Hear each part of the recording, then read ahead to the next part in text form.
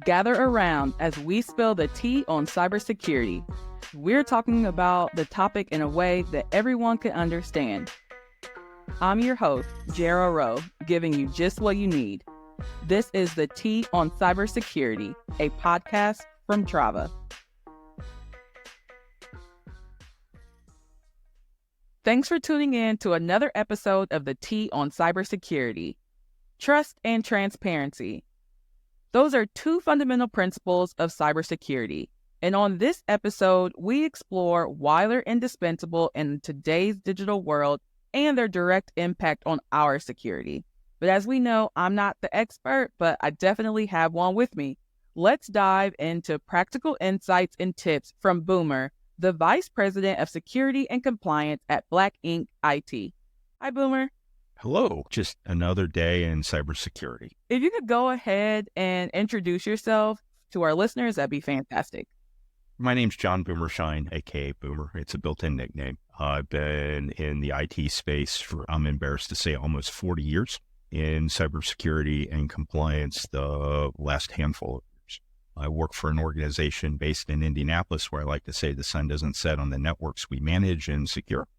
And we work with organizations as small as 2 folks and as large as multinational organizations with billions upon billions of assets.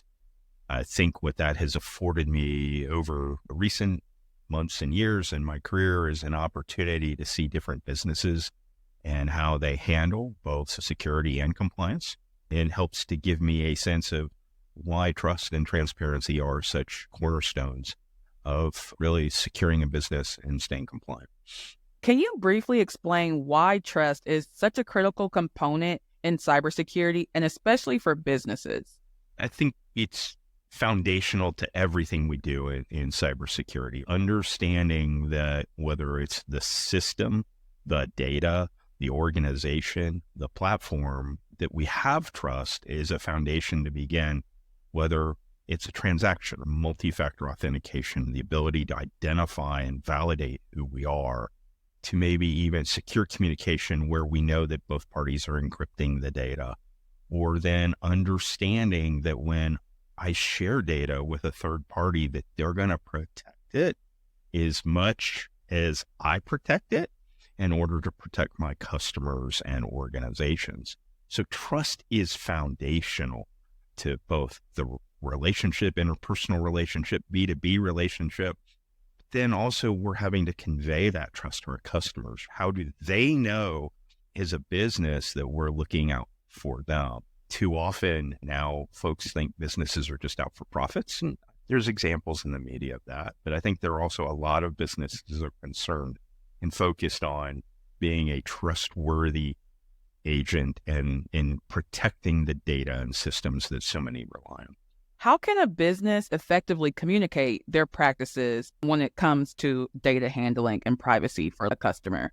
A lot of things come down to, first and foremost, how do you demonstrate some level of accountability? And I think in a lot of cases, you do that through frequently asked question or putting out on your website how you're protecting privacy or data access or security.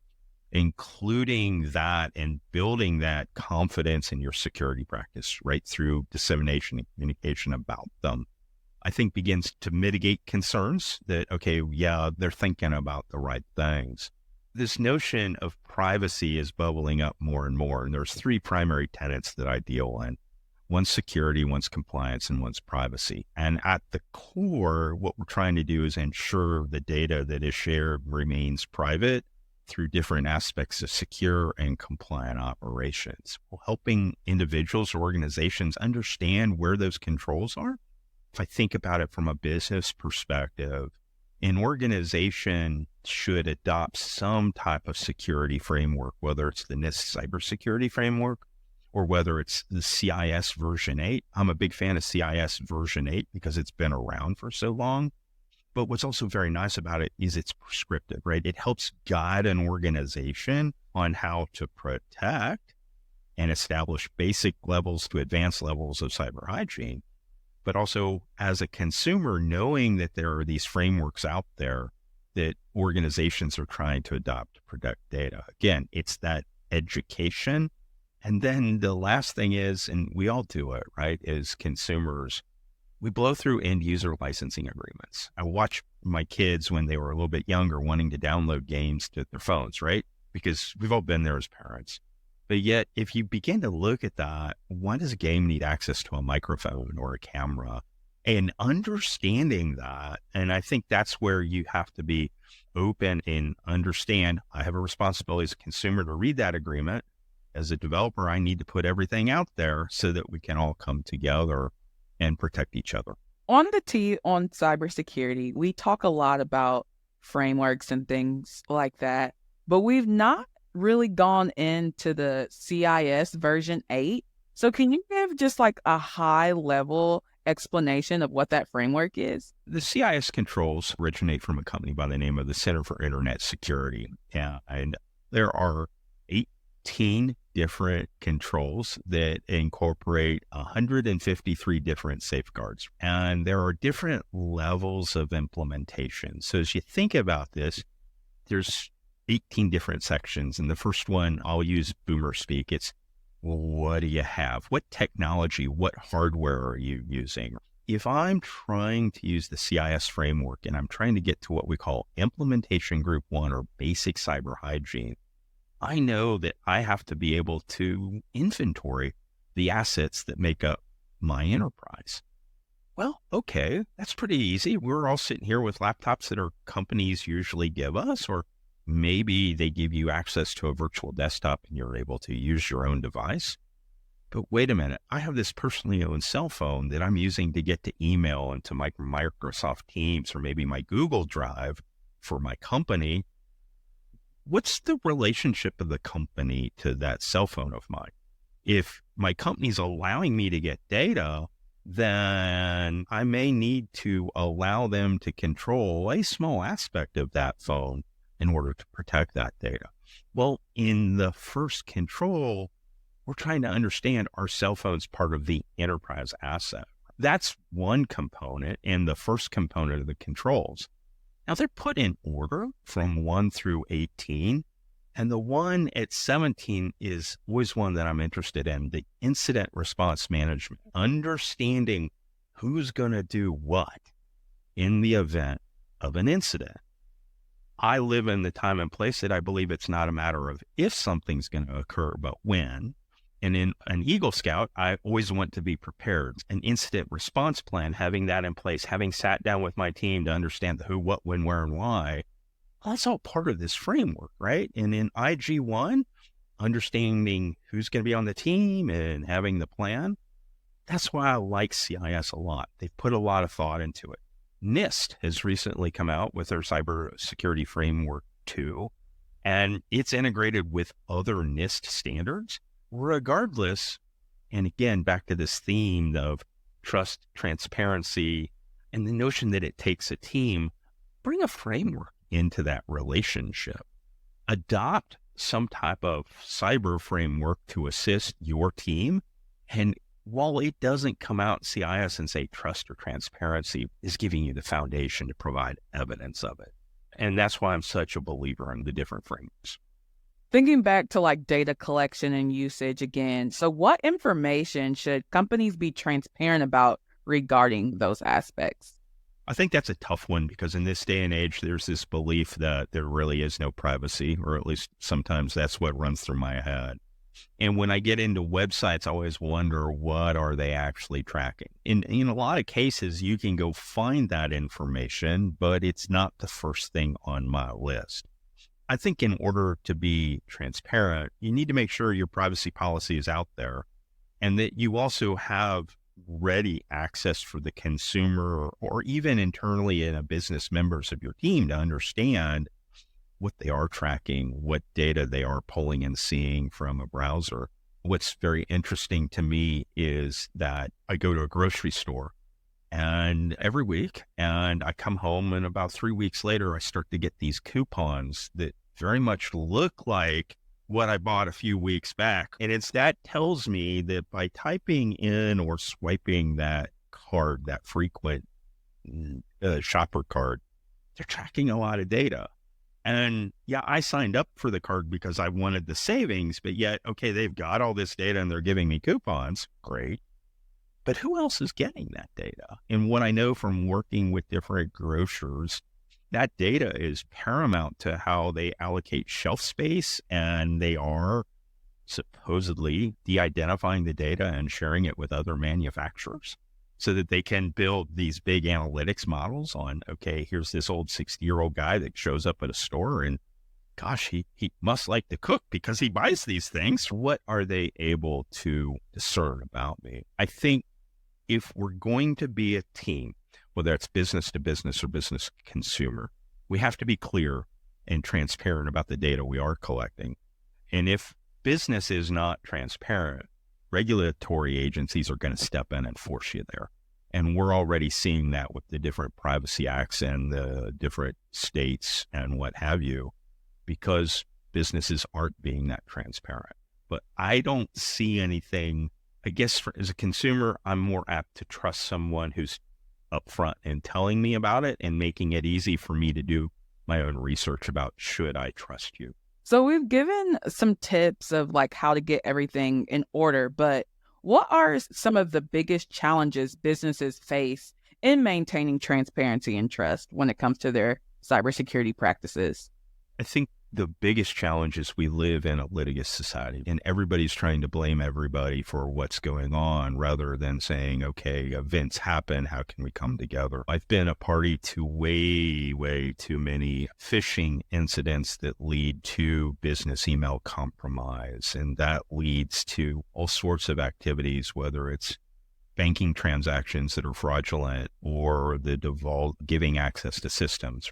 Again, it's not that I sit home and watch TV, but there was a special recently on how people socially engineered access to some gambling establishments out in Las Vegas and how they shut down those systems. And so I think this notion of coming together, being able to work as a team to defeat this scourge that we call cyber incidents in cyber threat actors is paramount to this. And I think the only way you do it is as a team, and that you come to the table first with the commitment to solve the problem. And again, if you're in an incident, how do we contain it? How do we mitigate it? How do we know it's gone? And then what have we learned collectively as a partnership? What happened? Cyber criminals only have to be right once. Cybersecurity folks, my staff, you as a consumer have to be right every time. Yeah, we've talked about it on a recent episode about how sometimes, especially as employees, we don't think that taking all of the cybersecurity precautions are that important for us, but it really is a team effort. Like the only way we're all going to be as safe as possible is if we all like band together. There's this saying, if you see something, do something, click something, say something. So often business is worried about being sued, an individual is worried about being embarrassed that they did something. Everybody falls victim to, I shouldn't say that. Everybody can fall victim to these. Again, having that communication, making it easy to educate folks. I'm amazed at how many invitations I'm getting now to different cybersecurity awareness programs, whether it's from my bank, whether it's from my investment company, whether it's from my insurance company. I recently got one from my insurance company and I thought, wow, isn't that great that folks are trying to get together and educate everybody? And through that education, they're trying to show you ways to communicate and to raise your awareness that we'll never call and ask you this information. But how often do we get the calls? I'm hopeful that we will all come together. We will do so in a means where we're in it together and share the information to battle back. All right, Boomer, it's been fantastic. But before I let you go, do you have any final thoughts on the importance of trust and transparency, or just anything cybersecurity or compliance in general that you would like to leave our listeners with? We think about what we can do individually to protect ourselves or to work in an organization to protect the organization, the data, or its consumers. The first thing you have to understand is you've got a role, and that role is to raise your hand. Because if I'm going to be transparent, I need to be able to ask questions in a way that, hey, I have concerns. Mr. IT, are you backing up the data and can I get my systems back? Hey, why aren't we turning multi-factor on in this system? Or, gosh, we're looking at a new software vendor. Maybe we ought to look at their privacy statement or have them provide evidence of what security controls and measures they have in place to protect the data that we share with them. That's a couple ideas from the business side. From the consumer side, it's very similar. Hey, if I'm going to be working with a bank or an insurance company or an attorney, are they asking the right questions or protecting data or giving me the mechanisms to work with them that are secure? Can I very quickly go out and see, hey, what's their privacy policy or what security controls are in place? These are all things that, regardless of business or individual, I think we all need to do in order to ensure there's transparent awareness building to trust, that folks are going to take care and look out for me and my data and my systems in a way that keep us all safe. Fantastic. Well, thanks for taking time out of your day to chat with me. It's been super helpful. I appreciate your time as well.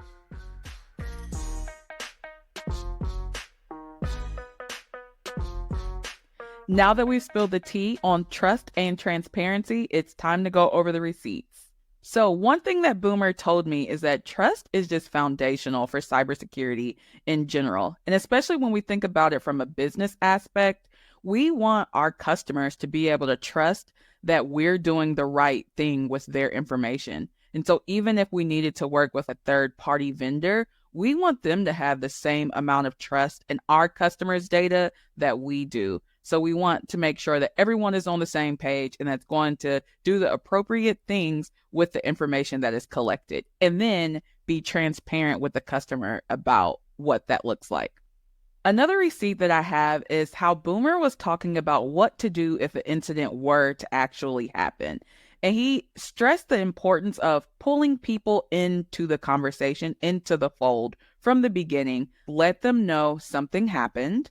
Let them know that the event has been contained, and then the steps that are being taken in order for the issue to be resolved, but also how you plan on communicating with them that these are the steps that I'm taking. Are you mailing them? Are you emailing them? Should they be looking on your website or social media? Just being transparent about where those communications are coming from.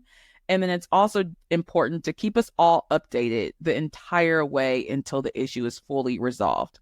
Another takeaway I have from Boomer is about how businesses should communicate their practices when it comes to cybersecurity and privacy, and the best way to be transparent with this. So Boomer talked about the importance of having a FAQ on your website or even privacy statements. I've learned from hosting the tea on cybersecurity that I should probably be looking at privacy statements on people's websites a lot, just to see what they're going to be doing with, say, my email, for instance, in case I were to sign up for a webinar. It really all comes down to education and being open and transparent. There's that keyword again, with everyone about what that info looks like, what the data looks like, how it's going to be used and safe. To my business leaders, Boomer believes that one of the easiest way to show your customers that you can be trusted is by adopting a framework. And we have talked about different compliance frameworks on the T on cybersecurity. Boomer specifically talked about NIST. It's just like a basic, like I have all of these things in order, as well as CIS. And he gave a great explanation of what CIS is. And again, it's just like those basic things you should have in order when you're taking people's information. And the final receipt that I have from this episode is that we all must protect ourselves. We all have a role when it comes to cybersecurity and keeping our personal data safe, our company data safe, and it's important to have open conversations. Boomer also stressed if you have a question, raise your hand. Don't be afraid to talk to the IT person at your company. But it's also, as consumers and user, it's important to take some of these extra precautions like MFA. That's something we've talked about in probably every episode. So again, Cybersecurity comes down to all of us, and it's important that we all do our part. I hope you learned as much from this episode as I did. I'll see you in the next episode of the T on Cybersecurity. And that's the T on Cybersecurity. If you like what you listened to, please leave a review. If you need anything else from me, head on over to Trava Security. Follow wherever you get your podcasts.